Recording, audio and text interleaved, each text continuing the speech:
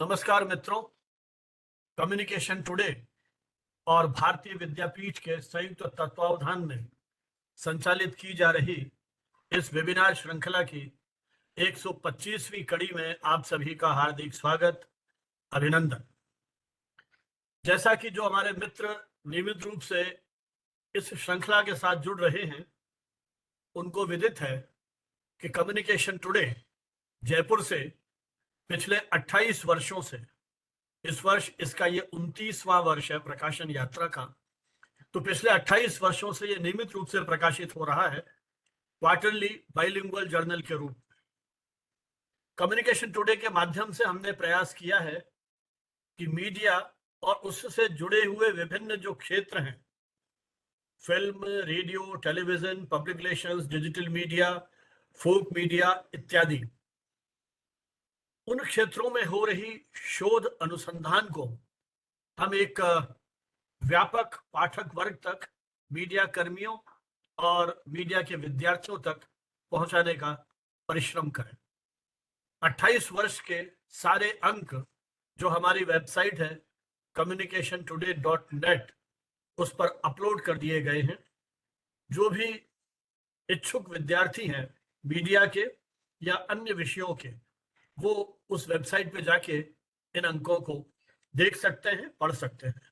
अब तक 2 डिसर्टेशंस communication today के इस योगदान पर हो चुकी है। अलग अलग विश्वविद्यालयों के विद्यार्थियों ने ये प्रस्तुत किया था।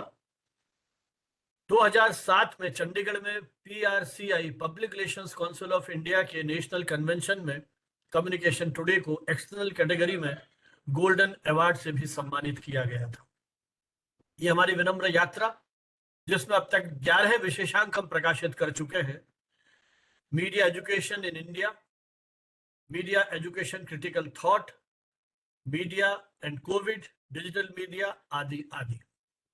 और भारतीय विद्यापीठ IP यूनिवर्सिटी से एफिलिएटेड दिल्ली की एक ऐसी प्रमुख राष्ट्रीय शैक्षणिक संस्थान है जिसने मीडिया के साथ साथ इंजीनियरिंग और अन्य अनुशासन से जुड़े हुए विषयों पे अपनी एक विशेष पहचान बनाई है।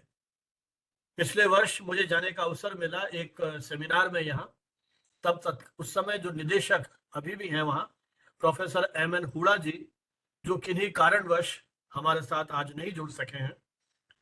हुडा जी ने यह प्रस्ताव रखा था कि क्यों नहीं कम्युनिकेशन टुडे और भारतीय विद्यापीठ के संयुक्त तत्वावधान में श्रृंखला को आयोजित किया जाए। उसी सोच का ये परिणाम है कि हम 100 वेबिनार के बाद भारतीय विद्यापीठ से जुड़ते हैं और उनके इस तकनीकी और अकादमिक सहयोग के साथ हमने इस यात्रा को एक तरह से आगे बढ़ाया है। आज हमारे साथ भारतीय विद्यापीठ का जो school of journalism and mass communication है, उसके सहायक प्रोफेसर जयंत राठी जी भी है। और आज जिस विषय पर हम बातचीत कर रहे हैं वो है रिसर्च एंड पब्लिकेशन एथिक्स, और इस विषय पर हमारे साथ संवाद करेंगे हमारे अभिन्न आत्मीय मित्र प्रोफेसर अनिल मेहता। अनिल जी नमस्कार, बहुत बहुत आपका स्वागत है हमारे इस 125वीं कड़ी में। 125वां अपने आप में ये जो आंकड़ा है ये भी हमारे लिए महत्वपूर्ण है, तो इसमें हम सबसे पहले आपका स्वागत करते हैं ई बुके से। जिस तरह से फूलों की खुशबू दिग दिगांतर में फैलती है और एक आह्लाद और प्रसन्नता का भाव संचारित करती है, हमारा भी एक ये जो विनम्र प्रयास है कि इस अकादमिक आयोजन के माध्यम से, इस विचार यज्ञ के माध्यम से विचार रूपी नवनीत की खुशबू दिग दिगांतर में प्रसारित करते रहें। आप जैसे विशेषज्ञों के साथ मिलकर के मीडिया और उससे जुड़े हुए विभिन्न विषयों पर इस संवाद की निरंतरता को जारी रखते हुए, तो हमें विश्वास है कि ये जो प्रतीकात्मक ई बुके आपको आज भेंट किया गया है, ये कहीं ना कहीं हमारी उन भावनाओं के माध्यम से समाज में एक वैचारिक चेतना जागृत करने की दिशा में अपनी महती भूमिका निर्वाह कर सकने में हम सक्षम होंगे। प्रोफेसर अनिल मेहता देश भर में एक ट्रेनर के रूप में भी चर्चित हैं, विख्यात हैं। जो मूलतः आपकी जो पारी है वो व्यावसायिक प्रशासन विभाग में राजस्थान विश्वविद्यालय में, जहां मैं भी इन्हीं के साथ लंबे समय तक अध्यापन करता रहा जर्नलिज्म डिपार्टमेंट में, और संयोग से हमारा विभाग भी पास पास था, तो इनके साथ निरंतर विचार विमर्श विभिन्न मुद्दों पर, विषयों पर होता रहा है। तो अनिल जी ने मूलतः लगभग 4 दशक तक राजस्थान विश्वविद्यालय के व्यावसायिक प्रशासन विभाग में अध्यापन कार्य किया, और विश्वविद्यालय के वरिष्ठ प्रोफेसर के रूप में हमारी अनेक जो अकादमिक निकाय हैं, एकेडमिक काउंसिल, सेनेट इत्यादि के साथ जुड़े रहे। 5 ईयर लॉ कॉलेज जो हमारे विश्वविद्यालय में भी कुछ वर्ष पहले स्थापित हुआ था, वहां के आप डायरेक्टर के रूप में भी आपने 3 वर्ष तक सेवाएं दी, और लीगल एजुकेशन को भी एक तरह से बेहतर बनाने की दिशा में आपका योगदान महत्वपूर्ण रहा है। राजस्थान यूनिवर्सिटी में सेंटर फॉर स्किल डेवलपमेंट, उसकी स्थापना में भी आपका योगदान रहा, और आपने अपने सेवा काल के लगभग अंतिम चरण में इस महत्वपूर्ण सेंटर की वहां पर स्थापना की थी। राजस्थान विश्वविद्यालय का एक प्रतिष्ठित संस्थान है पोद्दार प्रबंध इंस्टीट्यूट, पोद्दार प्रबंध संस्थान, इंस्टीट्यूट ऑफ पोद्दार मैनेजमेंट। वहां भी आप लंबे समय से प्रबंधन से जुड़े हुए विषयों पर कक्षाएं ले रहे हैं। अपने विषय से संबंधित आपकी 1 दर्जन से अधिक पुस्तकें प्रकाशित हो चुकी हैं, और शोध पत्र अनेक राष्ट्रीय अंतर्राष्ट्रीय पत्रिकाएं हैं उनमें प्रकाशित हुई हैं। देश में आयोजित अनेक सेमिनार्स में आपकी सक्रिय सहभागिता रही है। विषय से जुड़े हुए अनेक व्यावसायिक संगठनों के साथ आपका सक्रिय जुड़ाव है।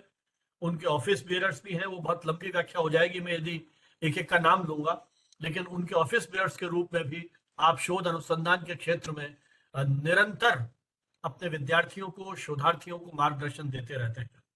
इन संस्थाओं के माध्यम से जो ऑनलाइन एक्टिविटीज की जा रही है, विशेषकर कोविड काल में और कोविड के बाद, उनमें भी आपकी सक्रिय उपस्थिति रही है। जयपुर का तो मेरे ख्याल शायद ही कोई ऐसा इंस्टीट्यूट होगा जहां पर आप प्रबंधन और व्यक्तित्व विकास से जुड़े हुए मुद्दों पर प्रशिक्षण कार्यशालाएं आयोजित न कर सके। लगभग सभी निजी विश्वविद्यालयों, निजी कॉलेजों और हमारे विश्वविद्यालय के संगठक कॉलेजों में आपकी सक्रिय उपस्थिति, चाहे प्रभावी वक्तृत्व कला की बात हो, चाहे नेतृत्व विकास की बात हो, चाहे जीवन में खुशी का एहसास करने के तौर तरीके हो, चाहे समय प्रबंधन की बात हो, ऐसे बहुत सारे एरियाज हैं, क्षेत्र हैं जहां आपने अपने परिश्रम से इस तरह के ट्रेनिंग प्रोग्राम्स डेवलप किए हैं। राजस्थान पुलिस का जो इंस्टीट्यूट है, वहां भी आपने पुलिस कर्मियों को ट्रेंड किया, LIC के कर्मचारियों को ट्रेंड किया, बैंक ऑफिशियल्स को ट्रेंड किया। तो अलग अलग क्षेत्र में कॉर्पोरेट की दुनिया के साथ साथ एकेडमिक संस्थाओं के साथ भी आपकी सक्रियता बराबर जुड़ी रही। कम्युनिकेशन टुडे के इस मंच पर पूर्व में भी आप आ चुके हैं, और एक्सपर्ट के रूप में इफेक्टिव स्पीकिंग और कुछ अन्य विषयों पर आपने संबोधित किया है। आज का जो विषय मैं जब आपसे चर्चा कर रहा था, अभी कुछ दिन पूर्व आप एक विश्वविद्यालय में गए थे, और जब मेरी इनसे बात हो रही थी, जब इन्होंने इस विषय का जिक्र किया, तो मुझे लगा ये वो विषय बहुत महत्वपूर्ण है आज के संदर्भ में। Research and publication ethics. हम लोग जो शिक्षा से जुड़े हुए हैं, किसी भी अकादमिक संस्थान से जुड़े हुए हैं, उनके लिए शोध तो अनिवार्य है ही। अपना करियर के को अपडेट करने के लिए, प्रमोशन के लिए, एक संकाय सदस्य के रूप में, शिक्षक के रूप में अपने करियर को विकल्प के रूप में लेने के लिए भी हमें शोध अनुसंधान में जुड़ना पड़ता है। PhD की डिग्री प्राप्त करनी हो, शोध पत्रों का प्रकाशन हो, ये एक बहुत बड़ा संसार है, और समय समय पर इसको लेकर के UGC और अन्य जो नियामक संस्थाएं हैं, वो भी कोशिश करती रही हैं कि हम एक गुणवत्तापूर्ण शोध की आधार भूमिका तैयार करें। जिस तरह से देश में PhDs हो रही है, अनिल जी से मेरी अक्सर बात होती रहती है, जो हाल है उनसे कहीं ना कहीं हमें असंतोष भी होता है। चाहे वो शिक्षार्थी मात्र डिग्री प्राप्त करने के लिए रिसर्च कर रहे हैं, या वास्तव में ज्ञान विज्ञान के नए क्षेत्रों को उद्घाटित करने के लिए, उसके प्रति एक समझ पैदा करने के लिए, एक गंभीरता के साथ, संवेदना के साथ वो शोध कार्य को कर रहे हैं। दुर्भाग्य से दुनिया के संदर्भ में यदि हम बात करें तो हमारे देश में संभवतः 1% भी जीडीपी का खर्च नहीं होता है शोध पे, जहां इसराइल जैसे छोटे से देश में 4% से अधिक शोध कार्यों पर खर्च किया जा रहा है।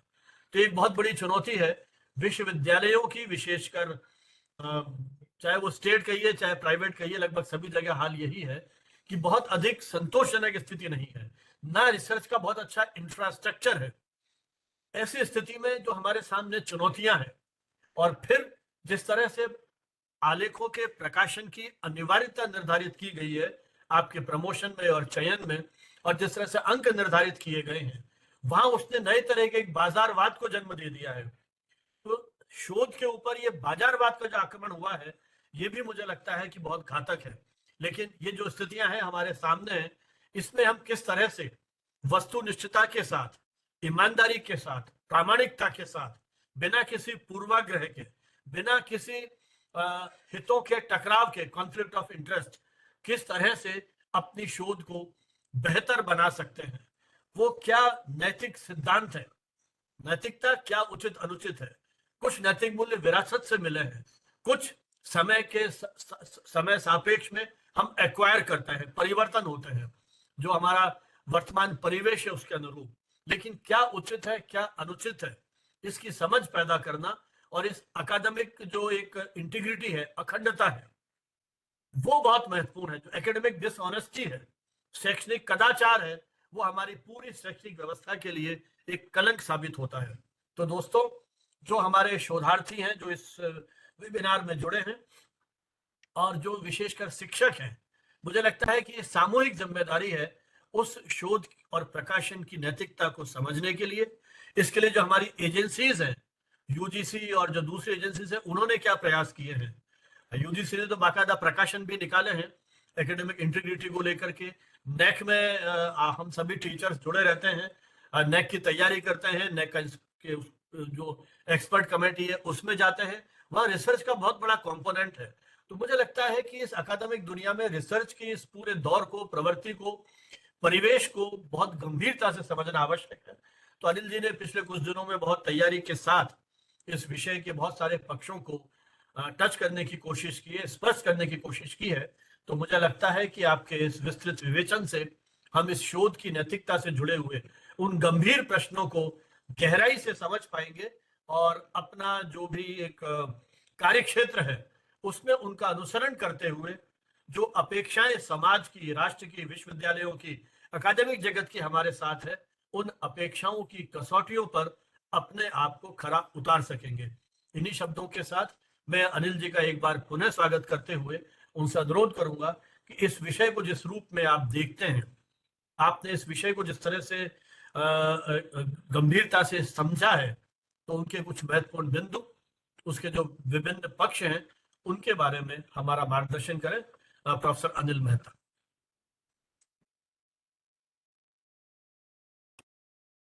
शुक्रिया संजीव जी।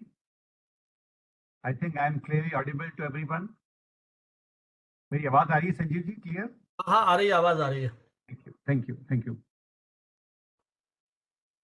Professor Sanjeev Bhanawat, editor communication today.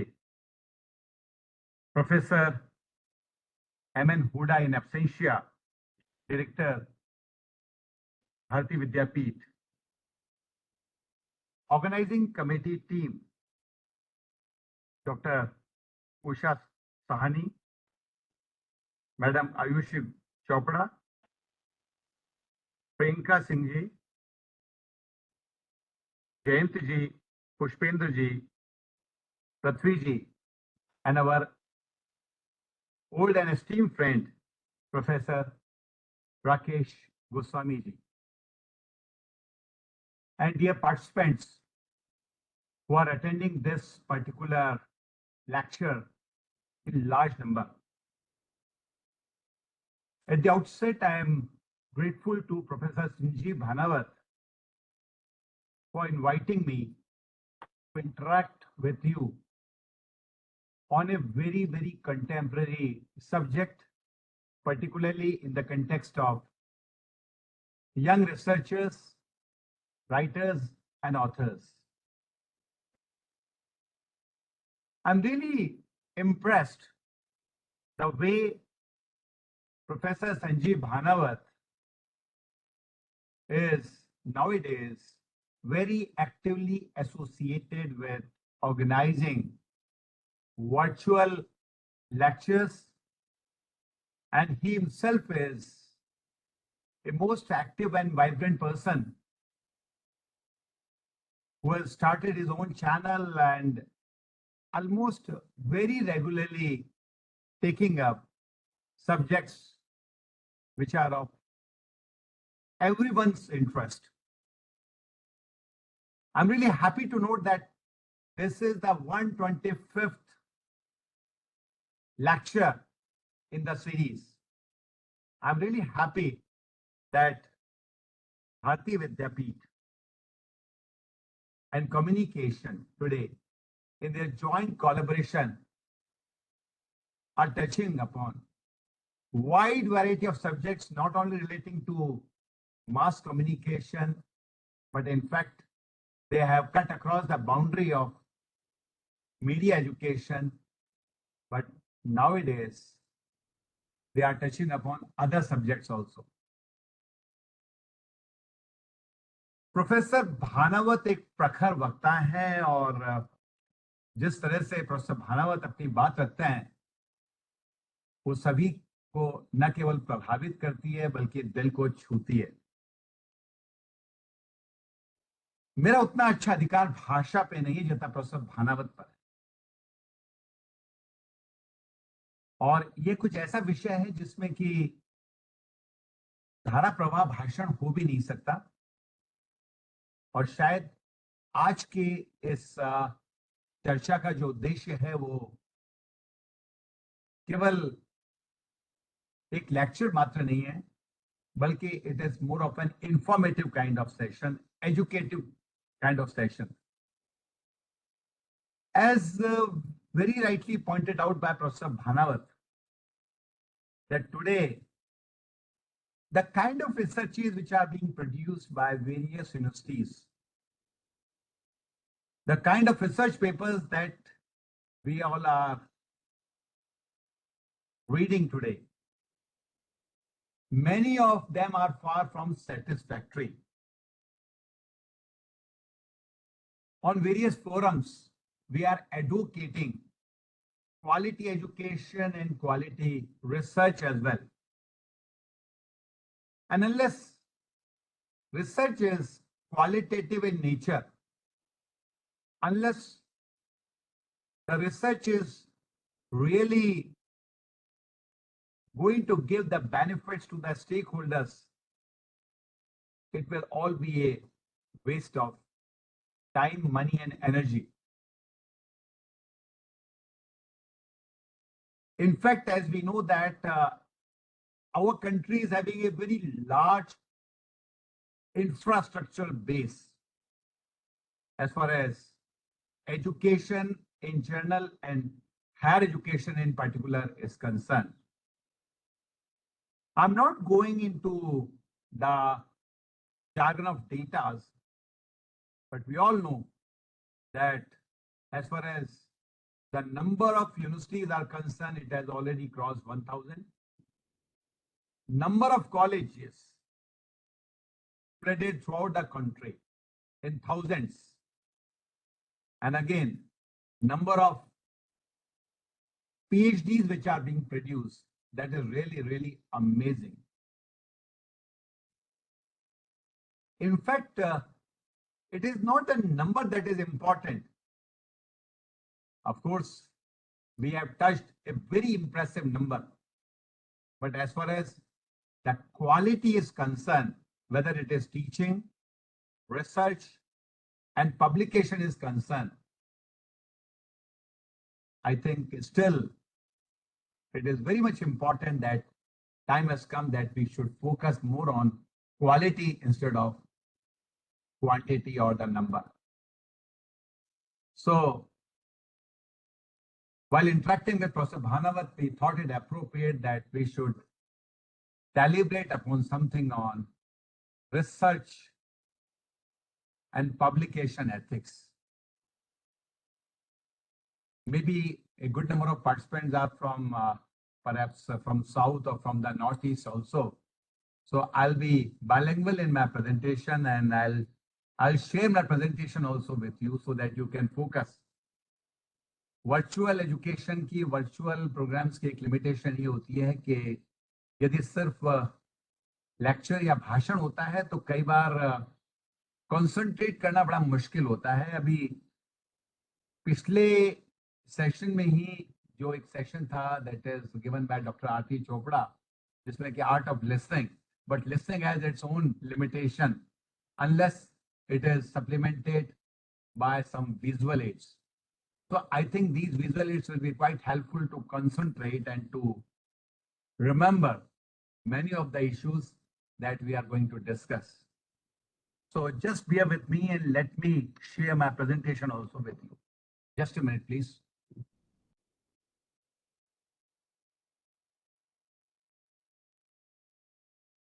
Bhanav Saab, it is visible to everyone? Presentation visible, hai na? It's visible. Okay, okay, thank you. So the topic for today's lecture is research and publication ethics. As you all know that ethics is part of philosophy, it's a branch of philosophy, which is more concerned with certain norms, certain code of conducts, certain values in our day-to-day life, in our personal and professional life. What is right? What is wrong? What is good and what is bad? I think ethics provide us a lot of insights about the way we should behave in our personal and professional lives. As you find here, that basically ethics are certain set of rules and model principles, or we can say that govern our personal behavior or the conducting of an activity. When we talk about the research, certainly there are certain norms, certain codes or certain rules. They are the general guidelines, and every researcher is responsible to follow these guidelines. In fact, these research guidelines educates and monitors the way researchers are conducting their research so that they can maintain high ethical standards. In fact, research ethics is closely related to the ethical principles of social responsibility. After all, for whom we are doing the research? Obviously, the answer is for the society. And when we are doing the research for society, for certain stakeholders, then it is our pious responsibility that we should be utmost honest in carrying out our research in a manner so that we can produce some authentic and reliable contribution and fulfill our responsibility towards society very well. Now, why research is so important? In fact, whether we should follow the ethical norms or not, it is not an option. Rather, I would say it is a compulsion, because ethics in research promote expansion of the knowledge. It supports the collaborative research. How can you collaborate with other person? How the institutions can collaborate with each other unless they are assured of the ethical behavior and ethical practices by their respective collaborators. In fact, ethics are very important to protect data anonymity of the subject, and certainly it is very important to establish trust-based relationship with the respondents. Similarly, ethics really is helpful in protecting the participants' rights and welfare, and to reduce the risk of physical and psychological discomfort, damage, or the threats appearing because of research procedures. Similarly, it is very important for the researchers to protect the rights of the researchers so that researchers could be carried out in a very lawful manner, and certainly good ethical practices means good research, and ultimately it will enhance the goodwill of the research institutions also. In fact, it's very much essential to follow the ethical norms if you want to get your research published in very prestigious journal. In fact, good ethical practices in research means that we are truly accountable for our research towards the society. And similarly, when we are stick to our ethical norms, it will improve the trust of the society as researcher, and certainly it will support and improve the moral and social value. If you are ethical in your research, certainly it will influence the other aspects of life. Perhaps your practices, your deed will be ethical in other dimensions of life as well. Now, as far as the research ethics is concerned, broadly speaking, these research ethics can be classified into three important principles. Number one, principle of beneficence. It means that research should give most of the benefits to its stakeholders or the beneficiaries. There should not be any maleficence, that is, the respondents or the society should not face any adverse or harmful effect of the research. And similarly, the right to protection from the exploitation also, as far as the respondents are concerned, and those who are going to influence by the research, they should not face any harmful effects of the research.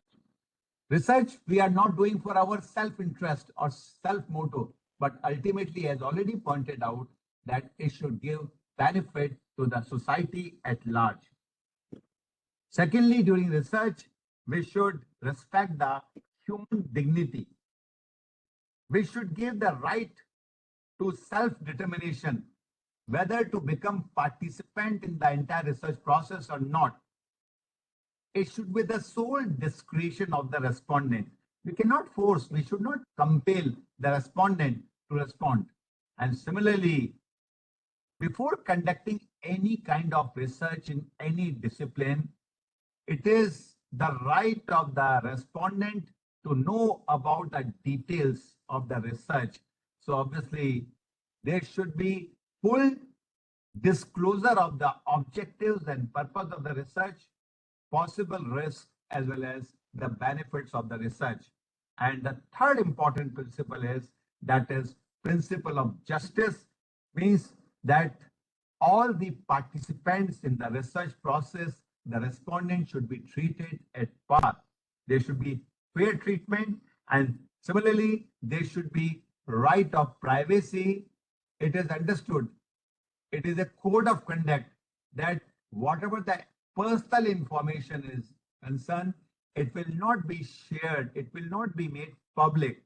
Of course, in a consolidated, in a compiled way, you can share, but it is expected that whatever the respondent is sharing honestly about his personal views, it will not be made public individually. So these are the three important principles which perhaps are very important as far as the adherence to the research is concerned. I'll repeat once again: principle of beneficence, principle of respect of human dignity, and principle of justice.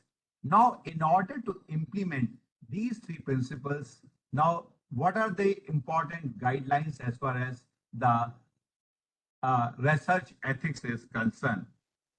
In fact, the first important aspect which we are focusing right from the very beginning, that researcher must be very, very honest in terms of collection of information or data collection, in terms of uh, interpretation, in terms of research analysis, in terms of results, etc. So obviously, honesty is the first and the most important part as far as the research is concerned.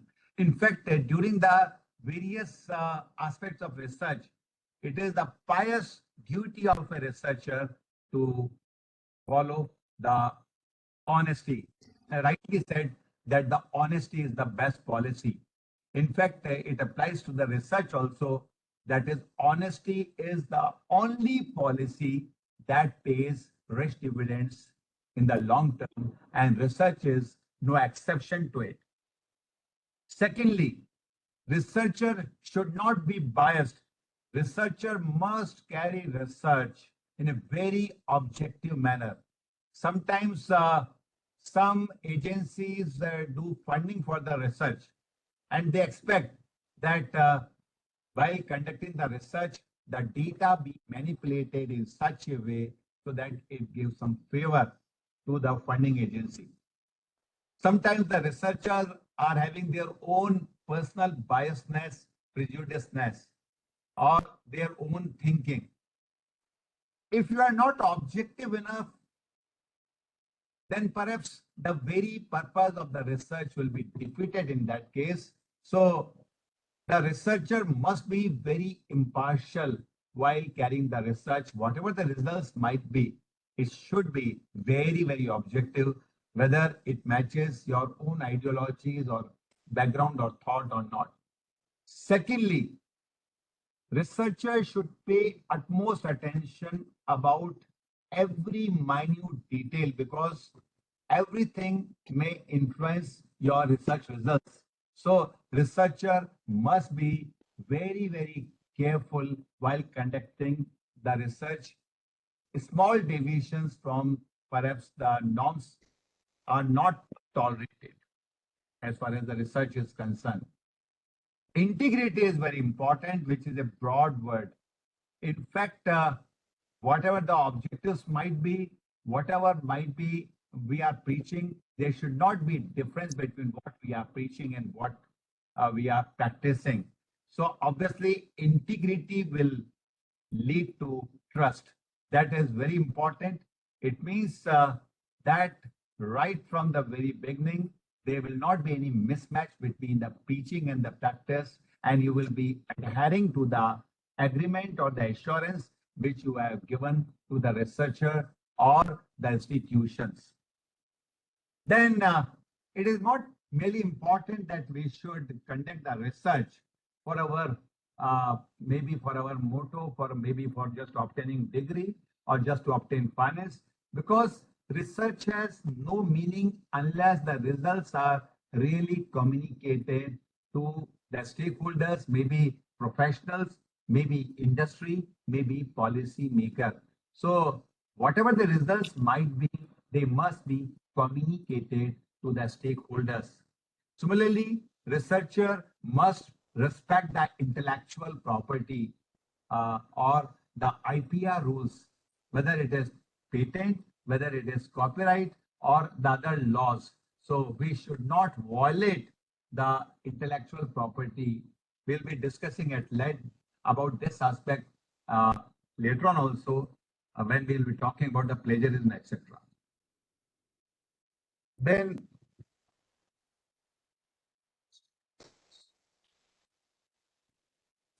confidentiality, as already mentioned in the one of the principles, that confidentiality must be maintained. In fact, whatever is being assured to the respondent, because respondents have already disclosed whatever they felt and whatever personal information they have. So it is understood that confidentiality must be maintained. Apart from this, there are certain information maybe in industry, maybe in government, maybe relating to the national security, maybe some trade secrets. So respondents must be assured of that whatever they have shared, it will be kept confidential, and at least it will not be used against them or against any stakeholders. There should be, yeah, there should be, Sanjay ji, you have कुछ कह रहे हैं बीच में? नहीं, आप continue कीजिए, कोई कुछ नहीं कह रहा, कंटिन्यू कीजिए. Openness. Similarly, it is very much required that researcher must be quite transparent, quite open. If any clarification, any doubts are raised by the respondents or by any agency, researcher must not hide the intentions, the objectives, and everything should be clarified. So researcher must be quite transparent. Similarly, it is the responsibility, particularly for we educators who have done a lot of work, a lot of researches, a lot of projects, that it is our responsibility to develop second line of leader researcher also.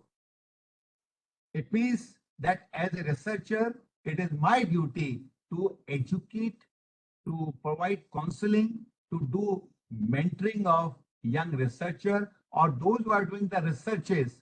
I should, in whatever manner I could extend help to them, I should provide necessary mentoring or education to them.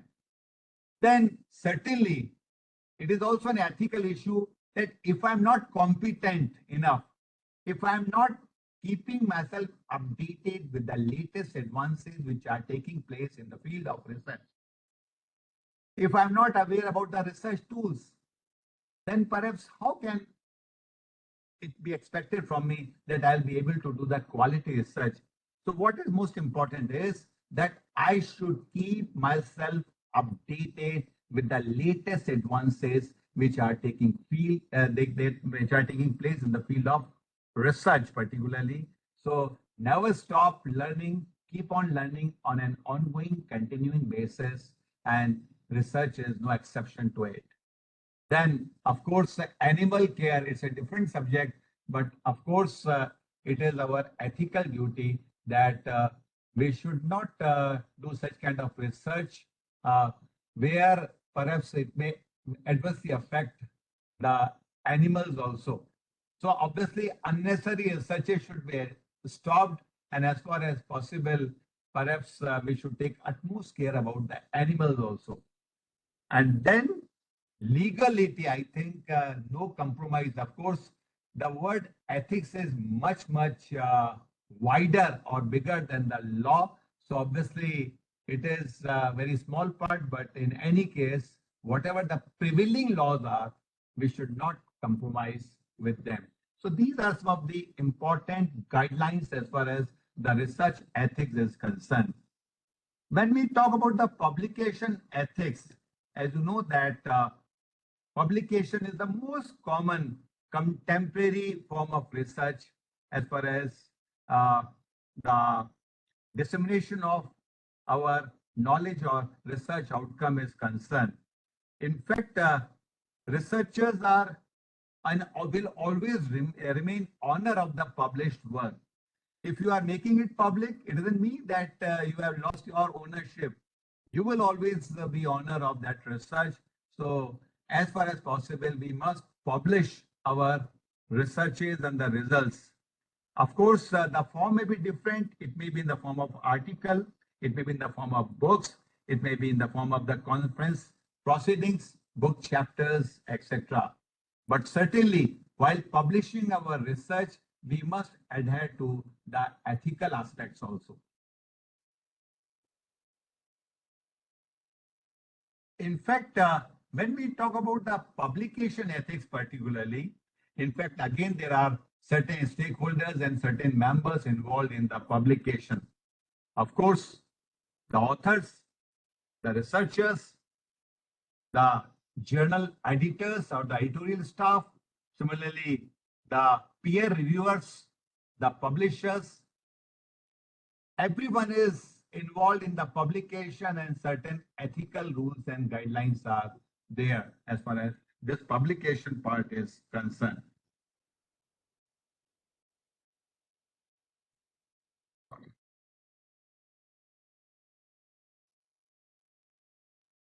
Now, three aspects need special attention as far as the publications are concerned. The first is the authorship and contribution. Number two, conflict of interest. And number three, publication misconduct. They are the very important dimension as far as the research and its publication are concerned. And particularly the publication misconduct is very, very important from the ethical point of view. So let's talk about them one by one in detail.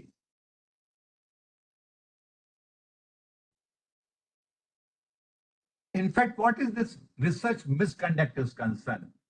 In fact, misconduct is the violation of the standard codes of scholarly conduct and ethical behavior in the publication of research. So when we are violating the standard codes, when our conduct is unethical, it means that we are involved in the research misconduct. And certainly it involves fabrication, falsification, or plagiarism in proposing, performing, and reviewing research or in reporting the research results. So let's talk about them one by one. But before that, in fact, as far as the research misconduct is concerned, what is research misconduct happens when we talk about fabrication or falsification or plagiarism? Then why it happens? Sometimes what happens that because of the academic pressure, as we know that particularly in the academics, promotions are based on your research work, and promotions are time bound also. You want to get the senior scale or the selection scale, or say to become associate professor or professor, you have less time, and certainly you have to publish more research papers and articles. Then because of that academic career pressure, sometimes the researchers, the teachers do that misconduct. Similarly, the publication pressure, as already mentioned, that in the perhaps in the process of increasing the number, sometimes the ethical aspects are violated. Sometimes we want to gain the finance also. As you know that there are nowadays number of funding agencies. So obviously, in order to complete more and more projects in a short span of time and to earn more, sometimes again there are tendencies of research misconduct, and similarly there is an inability to determine what is right and what is wrong. Sometimes unintentionally there might be some research misconduct as well. Now, whether it is intentional or unintentional, but presently there might be serious repercussion of perhaps misconduct or not adhering to the ethical norms. Obviously, if it is detected or revealed or disclosed later on that there is some misconduct in research, then perhaps it may have a very serious repercussion and could mean the end of a career of a researcher. We'll be talking later on about that. There might be some serious repercussion if your research work comes under the high similarity, then sometimes there might be possibility of cancellation of your research or withdraw of the research project as well. Similarly, there are instances where because of the plagiarism, the faculty has been dismissed. There are a number of cases, and at this forum, we don't want to share personally, but most of us know that at various levels, faculties have been dismissed, even at the senior level, because of the misconduct. Similarly, rejection of the research grants. Similarly, the researchers and the academicians can be blacklisted, and in such case, in future, no prestigious publisher will be accepting their research papers. And certainly, the most important thing is that if it is detected that you have involved in a misconduct, then it will damage your entire reputation. So certainly the repercussion is very serious, and that's why it is responsibility of an academician researcher to take utmost care about the fair conduct. And certainly there are certain problems, as already mentioned, that it is quite difficult sometimes to recognize that it is just like a domestic violence. We know that some problem is there, but it is quite difficult to detect that what is going on inside. And certainly it undermines the public trust in research, and it certainly corrupts the scientific records and lead to false conclusion, which may have a very, very serious implications from the perspective of the users of that particular research. In fact, what research conduct includes? Research misconduct includes, number one, ordinary errors, good faith difference in interpretation or judgment of data. In fact, they are not included. I would say that they are not included. If the error is quite routine one, it is relating with your personal thinking, there might be some faith about certain ideology, good faith, personal or professional opinion. Your opinion may differ, which you can mention in your research, and certainly private moral or ethical behavior or views. So they are not included as far as the misconduct is concerned. Now, how to measure or maintain the research ethics? There are some general guidelines to measure or maintain the research ethics. Number one, develop a clear-cut research plan. Right from the very initial stage of planning, we should decide a detailed plan of action about what, when, how, who, and where of the research. And whatever action plan has been prepared, we should just move according to the plan. And at the planning stage, we should take utmost care that we may not be involving ourselves in any kind of misconduct. Similarly, whatever the protocols have been decided by the institution where we are working, we will be following that ethical protocol also. Similarly, when two or more authors and researchers are working, then they will be deciding themselves that what will be the mode of their authorship, how they are going to conduct the research. In fact, they should follow the approval protocols also. When the research papers are sent for publication, then there are certain protocols as far as the time is concerned, as far as the methods is concerned. So we'll be following that protocol. Gain consent. That's also important, that whether we have gained the consent right from the research stage to the publication stage or not, then we will be involving the community at large and regularly checking the data, etc. also. So these are some of the measures through which we can maintain the research ethics as well as the publication ethics. Now, I was talking about the fabrication of research. In fact, it's a very serious kind of research fraud, I would say, where the researchers, I would say virtually that they are just cooking the data. They are the false data. So here we are inventing the data and information, and then on that basis, we are drawing certain inferences. So obviously, it is a big academic fraud when we are not circulating the questionnaire, when we are getting the questionnaires just filling up from our family, friends, or relatives who are not the true respondent of for our research. And certainly, sometimes these fabricated documents will find in the medical diaries, particularly in the medical research also. So that's a very, very serious kind of uh, misconduct, and it comes under very unethical behavior. Secondly, falsification. It is the practice of manipulating research material, equipment, or process, or changing or obtaining data or results such that the research is not accurately represented in the research record.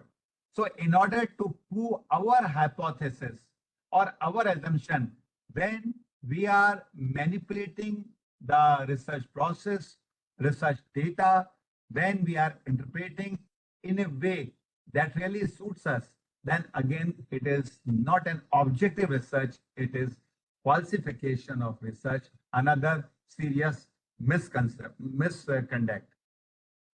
And as already mentioned, that the intention here is to improve the results or removing the results that do not fit with the hypothesis. And the third and the most important is plagiarism. In fact, plagiarism means an act of academic dishonesty and a breach of ethics. It involves using someone else's idea of work as one's own, जिसको हम बोलते हैं कि साहित्य की या किसी और के शोध की तरह से it is just stealing और साहित्य की एक तरह से चोरी है, and again that is again a very serious kind of misconduct. It also includes data plagiarism and self-plagiarism as well. So when we are just using the data collected by someone else, using our name, or when we are just using our published work, which has perhaps we have already published, then it is a self-plagiarism. Similarly, plagiarism is not merely confined to just cut and paste, but in the present technological changes, perhaps the definition of plagiarism is also changing. Like ChatGPT, if we are using, again, it's a sort of plagiarism because we are not using our own ideas, our own thoughts. So obviously, plagiarism is always based on a wrongful appropriation and stealing and publication of another author's language, thoughts, ideas or expressions, and the expression of them as our own original work. So when the work is not original, when we are using the thoughts, ideas, language, or anything without acknowledging that person, it's a sort of plagiarism. In fact, four important elements present as far as the plagiarism is concerned. Number one, the unattributed use of words, text, ideas, or illustration created by someone else other than the author listed. The failure to credit the original author in a manner appropriate to the communication. The statement that the plagiarist is the original author where he or she is not. The failure to obtain the original author's consent without the consent of the researcher or the other author, we are using his or her material.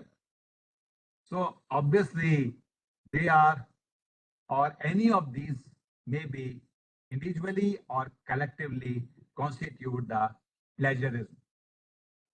In fact, there are some common type of plagiarism in the writing. Number one, the ghost writer. In fact, you are just taking the entire text or the material of other without even acknowledging it. So it is nothing but it is ghost writing. Then photocopy writer. You are not verbatim copy, but you have taken substantial part without acknowledging the real author, then it is a photocopy writer.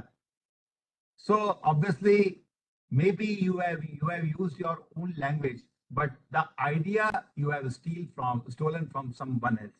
Then it is photocopy writer. Then put back paper writer, put back paper writer, where what you have done is that you have simply compiled the researchers of two or more studies, and then you are just compiling it and writing a paper in your own name without acknowledging them. And then self-stealer writer, where you are using your own research paper, which you have already published. You are using the same data, same inferences, but putting it in a different name or from different angle. Then again, it's a sort of plagiarism. So obviously, we can say that this plagiarism includes copying, patchwork plagiarism, paraphrasing plagiarism. So in copying, you are completely copying the work. In patchwork, in between what you are writing, you are taking the material from other sources without acknowledging them.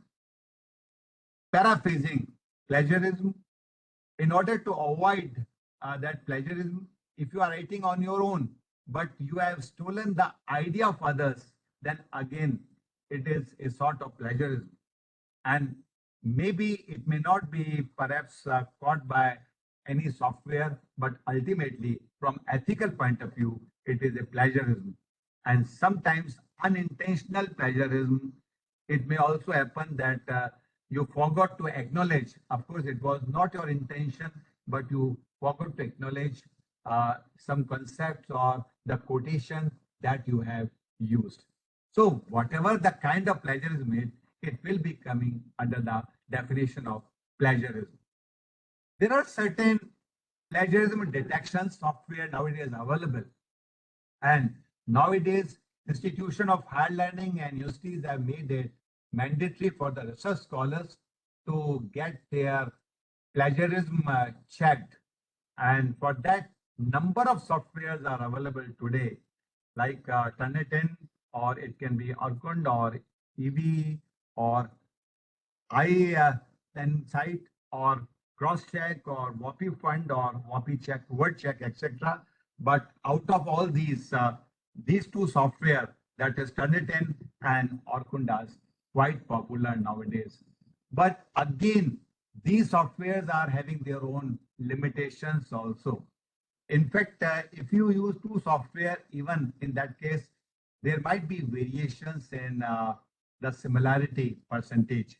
And similarly, if you are not using the English and submitting your thesis in some other language, then sometimes these software may not work in that case. In fact, as far as the similarity rules are concerned, again, university have different norms, and but certainly similarity check perhaps exclude what all quoted work either falling under public domain or reproduced with all necessary permissions and attribution. All references, bibliography, table of content, preface, and acknowledgement. So sometimes it is asked that what this similarity or these software exclude. All these aspects are excluded. So it means that they will not be the part of your similarity percentage. All small similarities of minor nature and all generative terms, law, standard symbols, and standards equations, etc. So they are excluded as far as the plagiarism check is concerned. And certainly, as I've already mentioned, that as far as the tolerance limit is concerned, again, it varies from institution to institution. But as a general rule, it varies from 10% to 30%. So before submission of thesis, the students must check with their respective institution that what level of plagiarism is tolerable. But in any case, we should try to keep similarity or plagiarism as low as minimum. The reason is that in spite of our best efforts, it would be very difficult to keep it maybe 0% because there are certain aspects which are to be taken. But in any case, if you have taken anything from any source, never forget to cite it to acknowledge the researchers or the authors. As far as we can say that this tolerance policy is concerned, obviously, in any case, the core work carried out by the student, faculty, staff, and the researcher shall be based on the original idea and shall be covered by zero tolerance policy on plagiarism. And as far as this zero plagiarism is concerned, particularly abstract, summary, hypothesis, observation, results, conclusions, and recommendation. In fact, they are the core area where perhaps no plagiarism will be tolerated.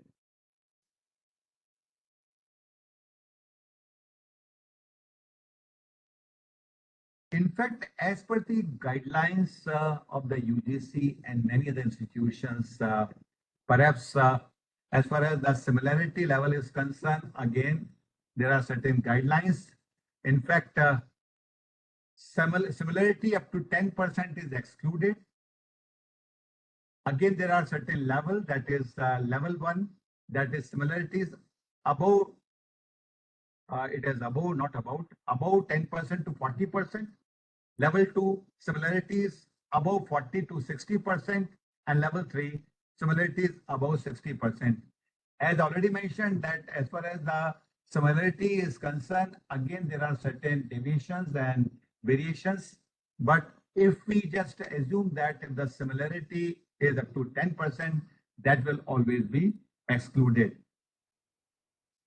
So it means that it will not come under the ethical issues. So here, what is important is that in order to avoid that plagiarism, there are certain guidelines.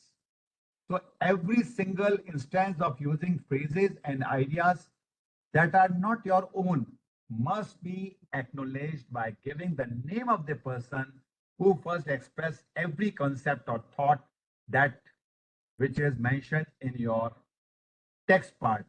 So even you are writing your own language, but if you have taken any concept, then never forget to acknowledge the original originator of that concept. When some works are directly quoted, always place them word in quotation marks. Because if it is in the form of quotation, if it is in the form of some block or box, then perhaps the software will always exclude it. So quotations permissible, but it must be in inverted comma and acknowledge the person also.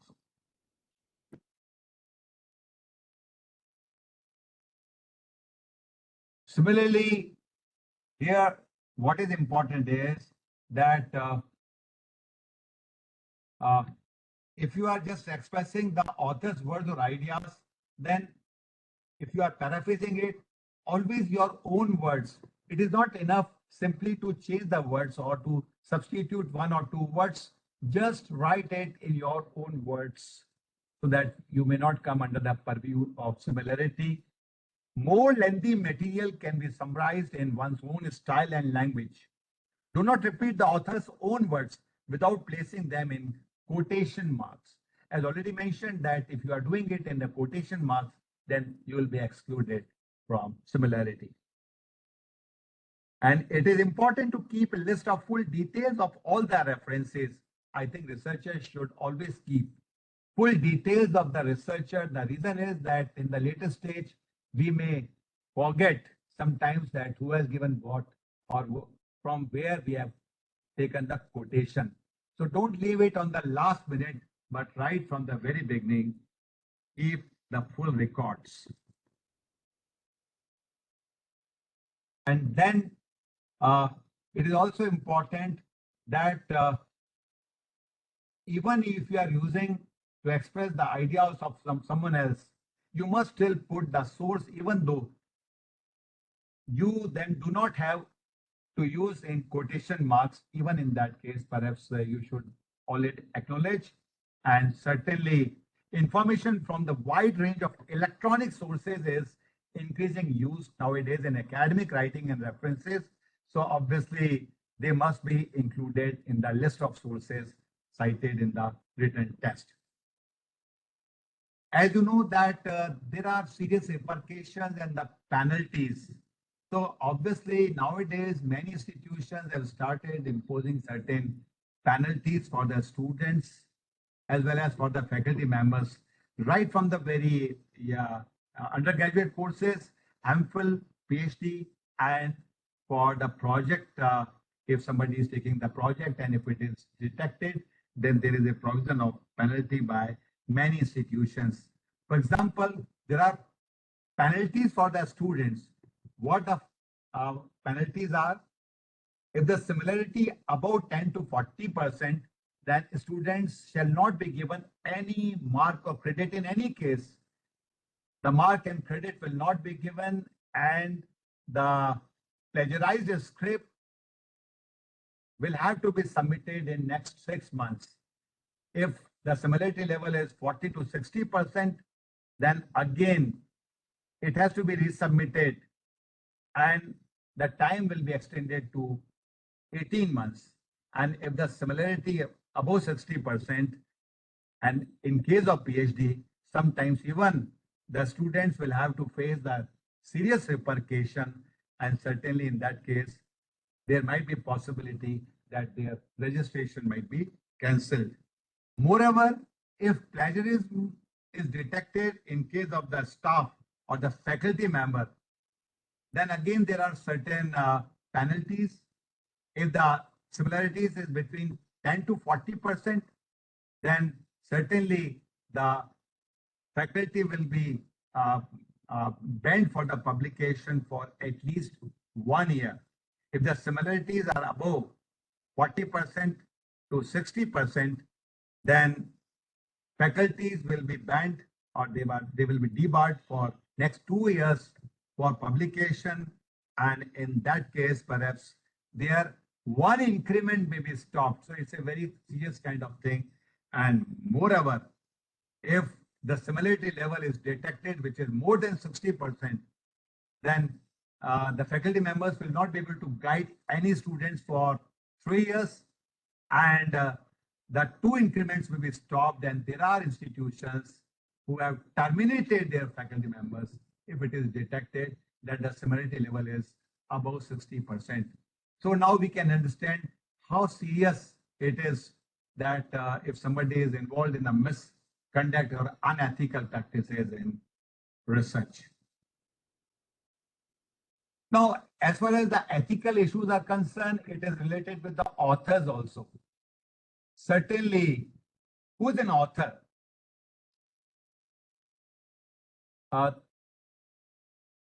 Truly speaking, author is one who has contributed substantially to conception and design or acquisition of data or analysis and interpretation of data, who has drafted the research paper or article and revised it critically for important intellectual context, or who has agreed to be accountable for all aspects of the research to ensure that questions relating to the accuracy or integrity of any part of the work are appropriately investigated and resolved.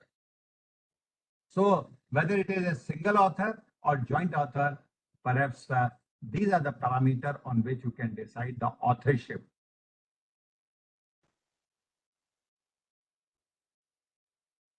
Now, who doesn't qualify as an author? In fact, if somebody is, by virtue of his contact, just acquires certain funds, and that person cannot be claimed as an author in any such publication by merely acquisition of funds. A person who is just a just did the supervision of the work.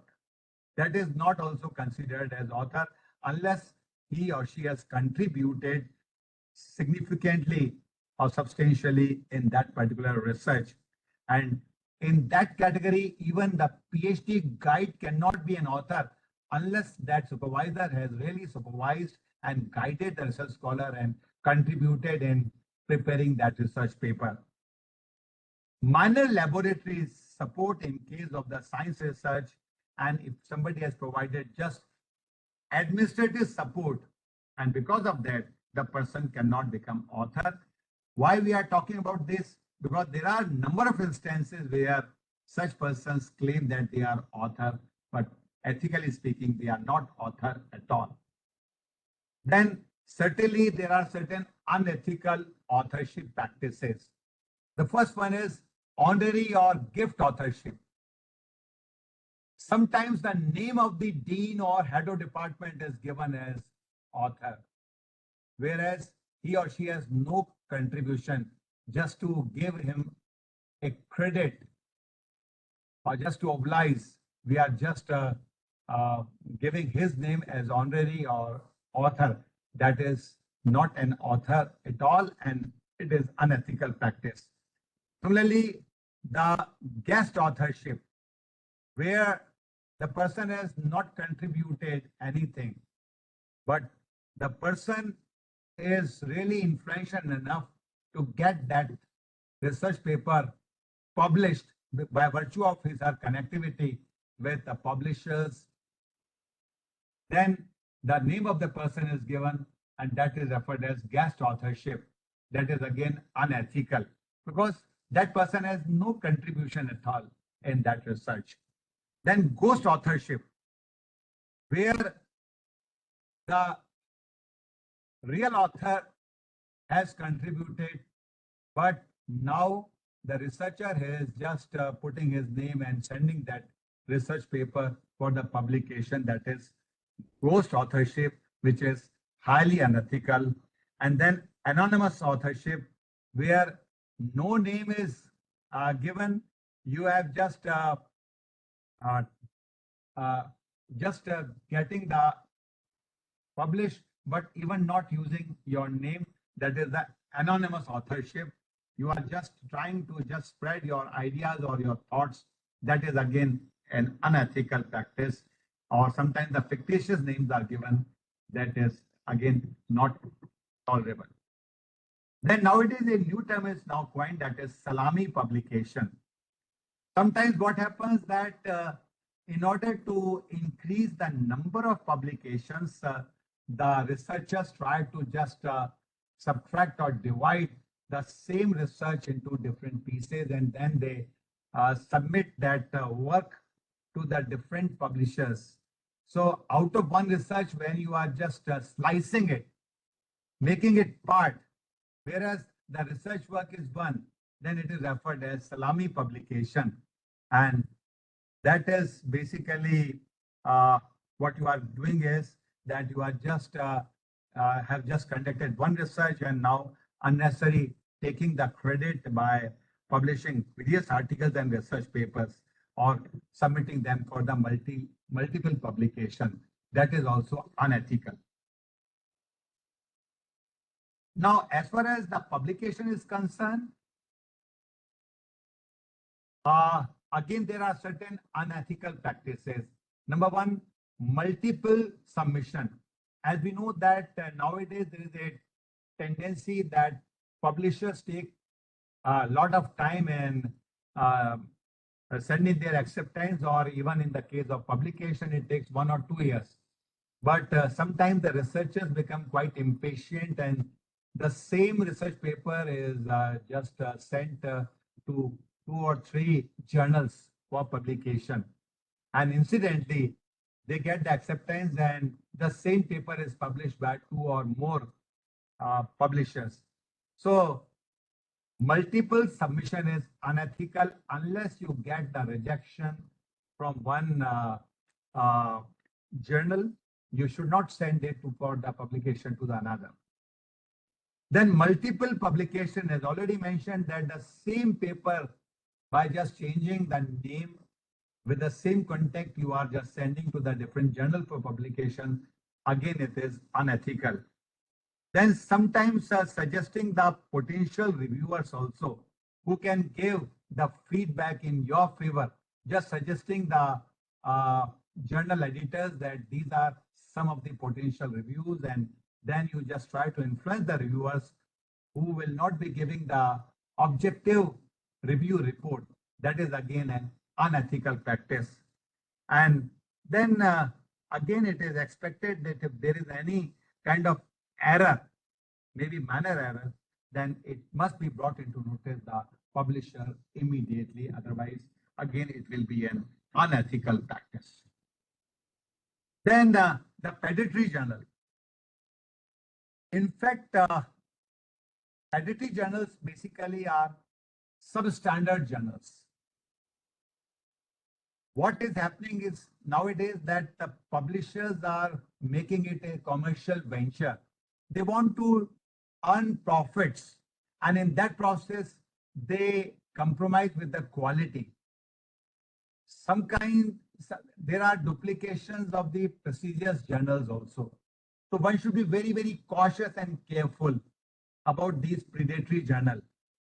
So if the journal is being published not to promote the academics, but just to make money, when they are not having any concern with the quality, and when they are unable to follow the minimum accepted standards of and where the publishers are doing some fake advertisement or fake claiming about their indexing, when they are advertising that just send your research papers and we'll be publishing it within 2 months or 3 months. So one should be very, very cautious and careful while sending, because even if you publish your research papers or your project in these predatory journals, you will not get any weightage out of it. So how to know about these fake journals? As far as the fake journals are concerned, it is quite difficult to detect, but even in some cases, what you find that their websites are quite unstructured with lot of errors. We'll find lot of advertisements of these fake journal publishers to attract the authors. Whenever you find that prompt publisher is promised, if you send the article, the acceptance is assured, then perhaps it is an indicator of that fake journal or the predatory journal. And if the journal is not having any policy about the open access, proper security and digital platform, so whatever the minimum securities are concerned, UI numbers are concerned, if it is not available, then again it's a fake journal. And similarly, asking the manuscript handling charges, sometimes even very low amount to attract the number of authors. Of course, even in US and in many countries, there are journals who are asking some amount for publication. So one should be very, very cautious which is the genuine journal or which is the fake journal, but normally the predatory and the fake journals always ask the money. So, and many of the journals are not indexed and they are claiming it. So researchers should be very, very cautious about their publication. On the part of the publishers, they are the unethical practices, but on the part of the researchers also, perhaps if they are sending their research paper knowingly that it is a predatory journal, then again, it is an unethical practice. As far as the conflict of interest is concerned, one of the points that I discussed was that the researcher must be very, very objective in conducting the research as well as in the publication of research. If you are assured of sufficient honorarium, if your article is published in a particular journal, if there is a conflict of interest, suppose you are a reviewer, but the author is your close friend or the person from your department. If your personal interest is clashing because you want to get some gain or advantage, and if you are just manipulating the results or interpretation of that research, then it is highly unethical. So one should take utmost care about all these issues. Maybe sometimes ethical practices are a bit difficult to follow, but if you have made that kind of mindset from the very beginning that you will stick or adhere to the ethical practices, it might be challenging, it might be difficult, but certainly the dividends, the rewards will be rich in the long term. I already mentioned that if you want to get it published in the prestigious journal, then you will have to adhere to the ethical practices always. In fact, ethical practices are very much concerned with your inner conscience, because once you are deviating from the ethical practices in publication, it may influence your other dimensions of your life also. So that's why ethics is very important. I think ethics in academics, ethics in research, they will lead to good quality in research, good quality education. It will be beneficial to the stakeholders, and above all, you will get lot of satisfaction that you have not deceived anyone, you have not deceived yourself, and that is the great satisfaction that you will get out of it.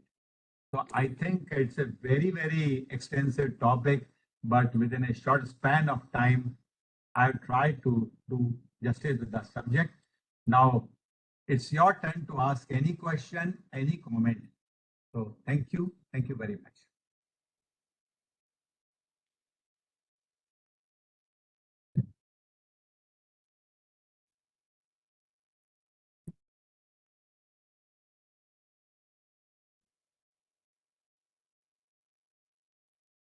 Questions, comments, if any?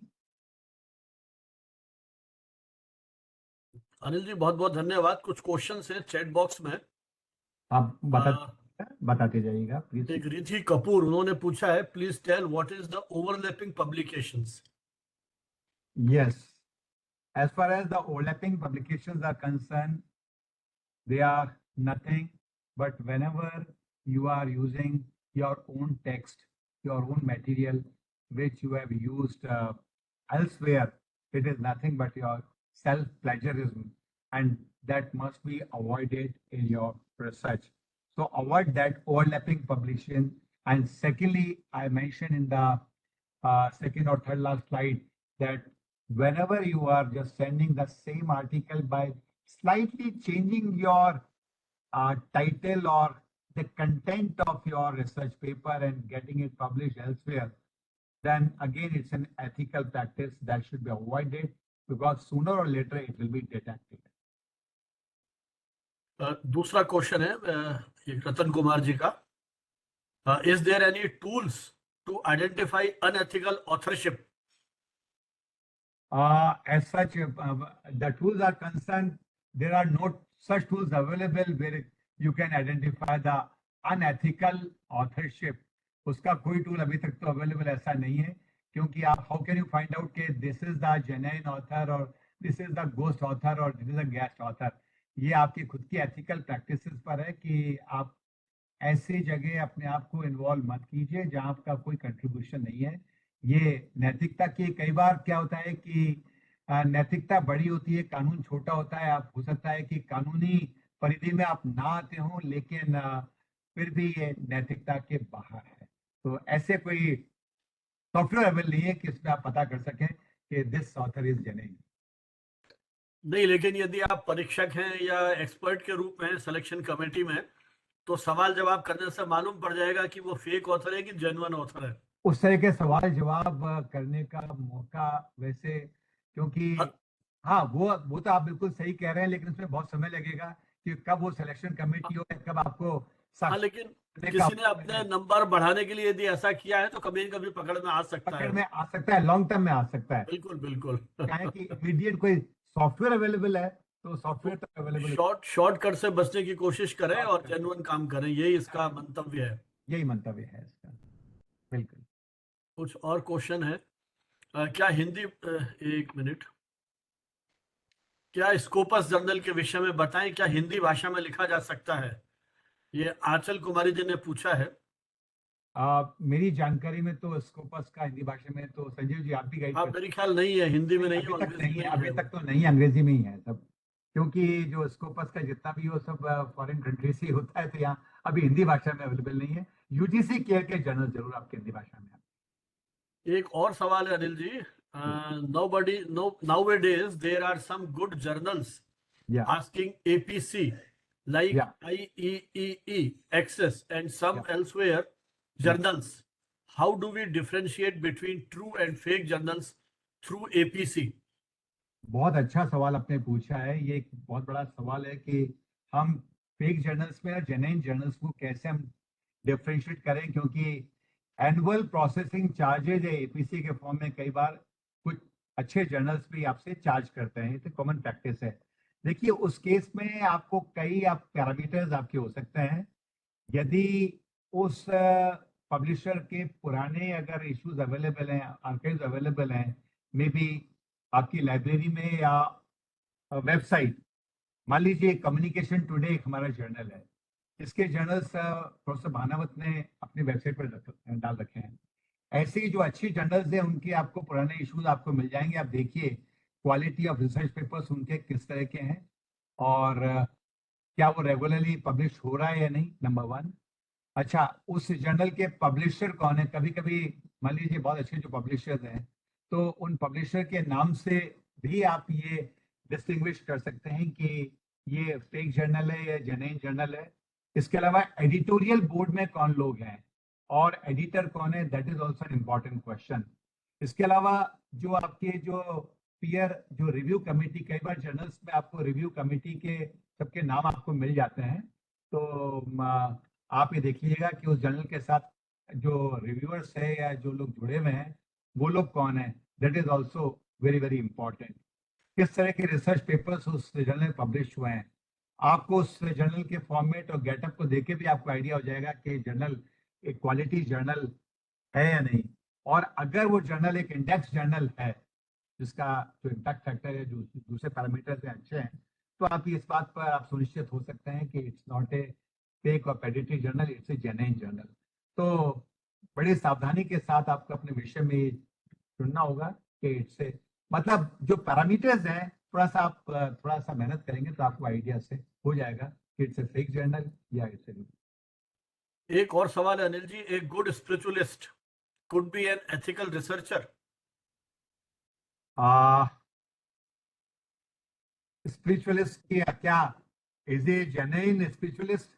If is a genuine and good, कभी कभी जो spiritual है वो खाली दिखाने के लिए होती है, लेकिन अगर वास्तव में जेन्युइन है और निश्चित तौर पर आपके व्यक्तित्व का और आपके गुणों का प्रभाव कहीं ना कहीं आपके कार्य पर और आचरण पर पड़ता है, तो निश्चित तौर पर if is A true and genuine person and is a spiritualist, it will influence. If he is a researcher also, so it will influence his research practice also. तो मेरा ये मानना है कि अगर व्यक्ति में अगर नैतिकता है और जीवन के अलग अलग आयामों में उसका जो व्यवहार है, उसकी जो प्रतिष्ठा है वो अच्छी है, तो इस बात की प्रबल संभावनाएं हैं कि रिसर्च के फील्ड में भी वो शायद जेन्युइन ही होगा। एक सवाल Anil ji, if we have more than 3 authors up to 6, या who will get the benefits of ownership of the papers? देखिए एज ए गाइडलाइन ऐसा होता है कि जो फर्स्ट ऑथर है, फर्स्ट ऑथर को सबसे ज्यादा उसमें बेनिफिट मिलता है, दैट इज अराउंड 60 to 70%। जो सेकंड थर्ड जो और ऑथर्स होंगे उनका वेटेज रिलेटिवली कम होगा। वेटेज तो होगा but first author will always get the maximum benefit out of. Please give inputs on the cloned journals. Clone journal और ये जो हम बात कर रहे थे फेक जर्नल, ये लगभग एक दूसरे के सिनोनिम्स हैं। तो जो बातें हमने अभी बात कही है उसी को आप क्लोन जर्नल की, क्योंकि आप क्लोन जर्नल में आप यही कर रहे हैं कि आप रेप्लिकेशन कर रहे हैं किसी प्रेस्टिजियस जर्नल का, मे बी जो नाम है वो मिलता जुलता है, या that is not a genuine journal. तो the fake journal and the clone journal they are almost one and the same. अगला एक सवाल और है, if fake research is caught, legal Yeah. action can be taken or not? Certainly, certainly. If you are using, then there is a copyright issue. There is other IPR issues also. Certainly, in that act also, in Copyright Act, certainly action can be taken by the publisher as well as by the author as well. So one should be very very cautious कि जब ये आप copy करते हैं, हम तो ethics में बात कर रहे हैं, लेकिन उसके लीगल रिपरकेशन जैसा आपने बताया डेफिनेटली होंगे. यदि किसी ने अगर लीगल नोटिस दे दिया, किसी ने सूट फाइल कर लिया, then you will have to face the consequences also. एक और सवाल है, is UGC care journal has more weightage or Scopus indexed? देखिए, यहाँ तक सवाल वेटेज का है, इवन जो UGC has capped, as you know that there are two kind of category A and category B. Four types, A, B, C, D. हाँ, ABCD तो है ही, बट आपका जो स्कोपस है या ABDC है, वो A में है. हाँ, हाँ, वो तो यूनिवर्सली एक्सेप्टेड है. हम्म. तो समझता हूँ कि उस कंटेक्स्ट में अगर आपका रिसर्च पेपर स्कोपस में, that carries more weightage. Does AI also affect the research ethics? Yes, certainly AI is now comparatively a new area, and certainly often I say that AI is a good servant but very, very, very poor master. So as far as the academics is concerned, we can always take the help of AI, but certainly whatever you are using, maybe in ChatGPT or other, they are again subject to the copyright also, and you cannot replicate the same content in your research paper. So ultimately, what is important for every researcher is his or her own language command also. So don't try to just copy or replicate whatever is available through AI. Anil ji, दो सवाल और AI पे ही हैं. ये अनीता खंडेलवाल जी और दीप्ति प्रिया. There are so many AI tools available today. Are they ethical to use to some extent? और इसी से जुड़ा हुआ और आपकी आवाज नहीं आ रही है. दो सवाल हैं हाँ. अनीता खंडेलवाल जी और दीप्ति प्रिया के. There are so many AI tools available today. Are they ethical to use to some extent? और दूसरा सवाल AI से जुड़ा हुआ है. Is there any guidelines for the use of AI in research? Yes, जो आपका पहला सवाल है कि are they useful for the research? Certainly, you can use AI for maybe to just enhance your knowledge. You can certainly take AI to help to develop certain models, but mind it, you should be very, very cautious and careful that AI cannot substitute and should not substitute your own originality. AI की हम सहायता ले सकते हैं, लेकिन AI से आए हुए परिणामों को हूबहू अपने पब्लिकेशंस में, रिसर्च में इम्प्लीमेंट करना एथिकल नहीं होगा, लेकिन सहायता अवश्य ली जा सकती है, इसमें कोई संदेह नहीं. सेकंड सवाल क्या था Sanjeev ji? Is there any guidelines for the use of AI in research? ये हमने अभी यही बात की है हमने कि ऐसे कोई गाइडलाइंस तो इस बारे में नहीं है, लेकिन फिर भी हमें अपनी रिसर्च में मौलिकता का पूरा ध्यान रखना चाहिए, क्योंकि AI आपको लगभग एक तरह का ही परिणाम देगा, और कहीं ना कहीं आपको, क्योंकि what AI does as far as the ChatGPT, वो भी जो इंफॉर्मेशन या एनालिसिस कंपाइल करता है, that is part of some website, some Google, some analysis, which is already available in clouds or in some website. So one should be very, very cautious and careful. And of course, आप उसको पढ़िए, आप उसको समझिए, आप उसका उपयोग कीजिए, लेकिन फिर भी अपनी भाषा में अपने तरीके से उस चीज को आप स्पष्ट करने की आप भरसक चेष्टा कीजिए. एक बड़ा इंटरेस्टिंग सवाल है सोनिया गुप्ता जी का. Does webinar certificates help us in academic score while applying for the job? Interesting question है. मैं ये तो नहीं कहता कि आप कहीं जॉब के लिए अप्लाई कर रहे हैं, जब आपसे कहा जाए कि आपने कितने सेमिनार्स आपने अटेंड किए और आप जाके जो आपके जो 10 वेबिनार आपने अटेंड किए, आप 10 सर्टिफिकेट दिखा दें, तो शायद वो एक तरह से क्वेश्चन बेल हो जाता है। तो I think it should be blending, like research papers अगर आपके सारे एक ही जर्नल में, देन अगेन कोई डाउट क्रिएट करते हैं। कोशिश कीजिएगा कि आपके जो रिसर्च पेपर्स जो आप पब्लिश कर रहे हैं वो अलग अलग जर्नल्स में करें। इसी तरह से मान लीजिए आपने सारी वेबिनार्स के जो आपके सर्टिफिकेट है वो कम्युनिकेशन टुडे या भारतीय विद्यापीठ के हैं, वो भी उपयुक्त नहीं होगा। कोशिश कीजिए कि आप अलग अलग मंचों पर, अलग अलग फोरम से आप जुड़े, पेपर्स प्रेजेंट नहीं करें। अनिल जी, मैं इसको इस रूप में देखता हूँ हाँ, कि जब आप वेबिनार्स अटेंड करते हैं तो बहुत सारे सब्जेक्ट्स पर आपको जानकारी मिलती है। वहाँ आप पर तो ठीक है। सर्टिफिकेट तभी लगाएं जब आप उन विषयों पर बात करने में सक्षम हो, आ, क्योंकि एज एन अन्य एक्सपर्ट हम संजीव जी, जो सवाल बहुत सारे सिलेक्शन कमेटीज में जाते हैं। जैसे ही आपने सर्टिफिकेट लगाया तो एक्सपर्ट्स को एक मौका मिल जाता है सवाल पूछने का।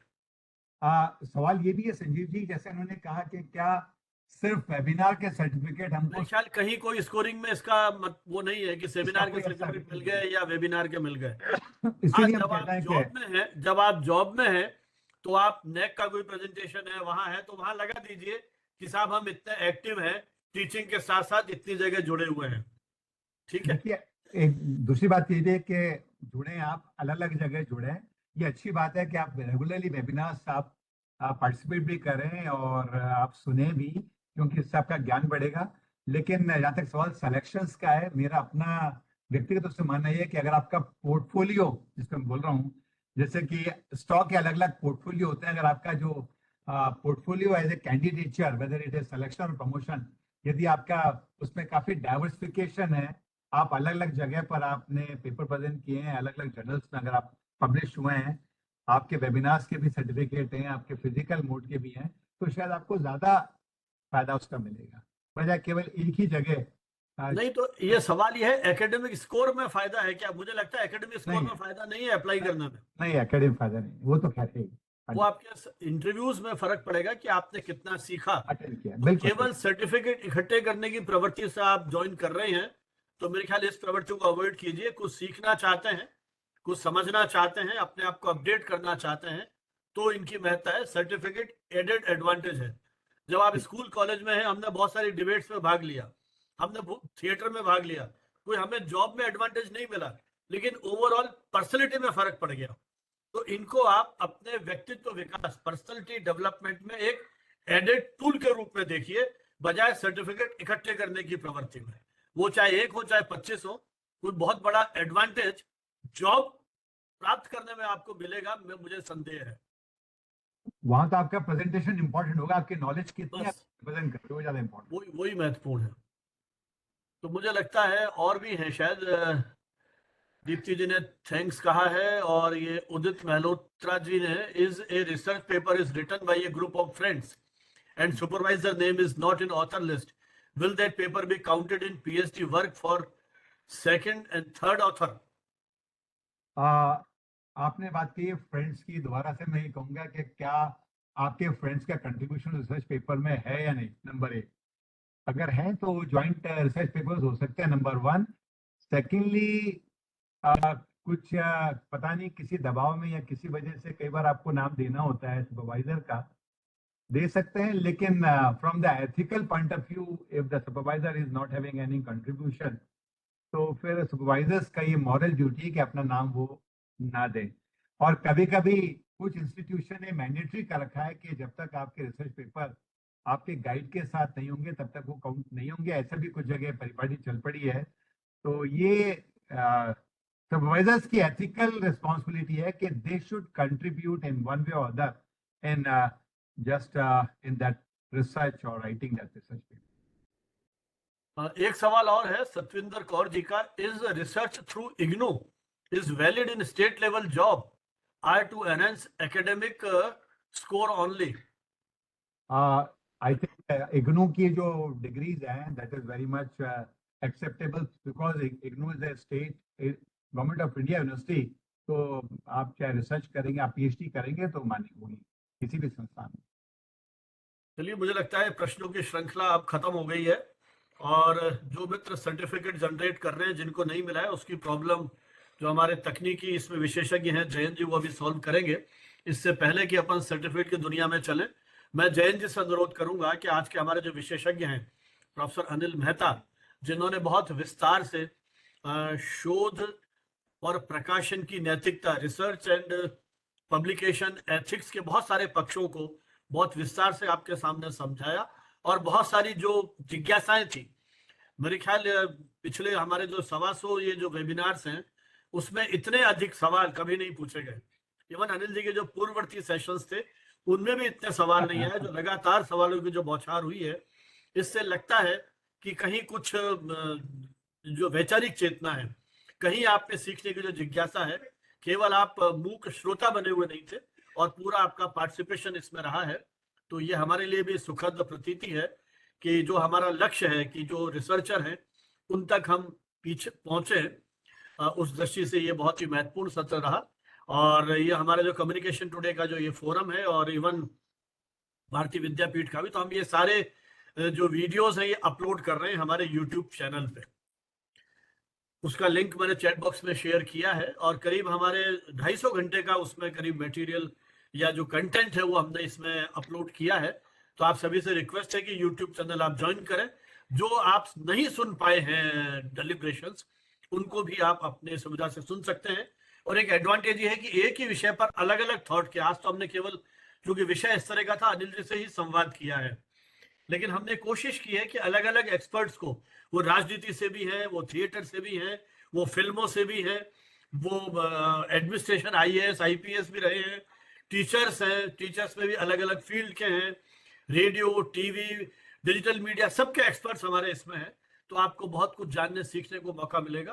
तो आपसे अनुरोध है कि आप हमारे चैनल को भी सब्सक्राइब करें, और जब भी आपको समय मिले और उस जो कमेंट सेक्शन है उस पर भी कमेंट्स करके आप हमें गाइड भी कर सकते हैं कि इन विषयों पर हम संवाद करें, बातचीत करें, और इस जो ये हमारी जो शैक्षिक यात्रा है इसको हम आगे बढ़ाएं। बहुत बहुत धन्यवाद। अनिल जी का ई सर्टिफिकेट, और अब जयंत जी जो ई मेमेंटो है वो भी आप शेयर कीजिए, और हम तुरंत व्हाट्सएप पे अनिल जी को ये दोनों जो है ई मेमेंटो और ये भेज देंगे।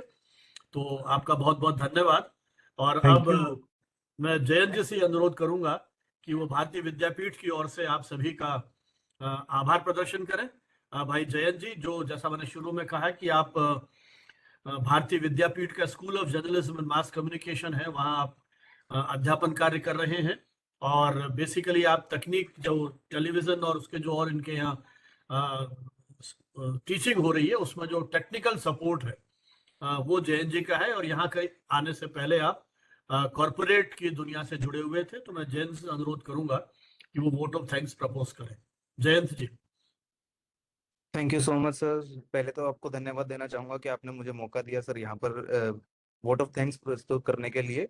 और अनिल जी, आपसे मिलकर बहुत अच्छा लगा हमें, और भारतीय विद्यापीठ और कम्युनिकेशन टुडे की तरफ से आपको वोट ऑफ थैंक्स। और स्पेशली आपके आज के सेशन के बाद हमें पता चला कि कितने तरीके से हम एथिकली हम कह सकते हैं कि वॉयलेटेड हो रहे हैं आज के टाइम पर, और रिसर्च के टाइम पर भी, और ऑथर्स के लिए भी आप ने जो हमें गाइडलाइंस बताई हैं और रिसर्च एथिक्स बताए हैं, उससे हम काफी ज्यादा प्रभावित हुए और आगे भी आपको ज्वाइन करना चाहेंगे।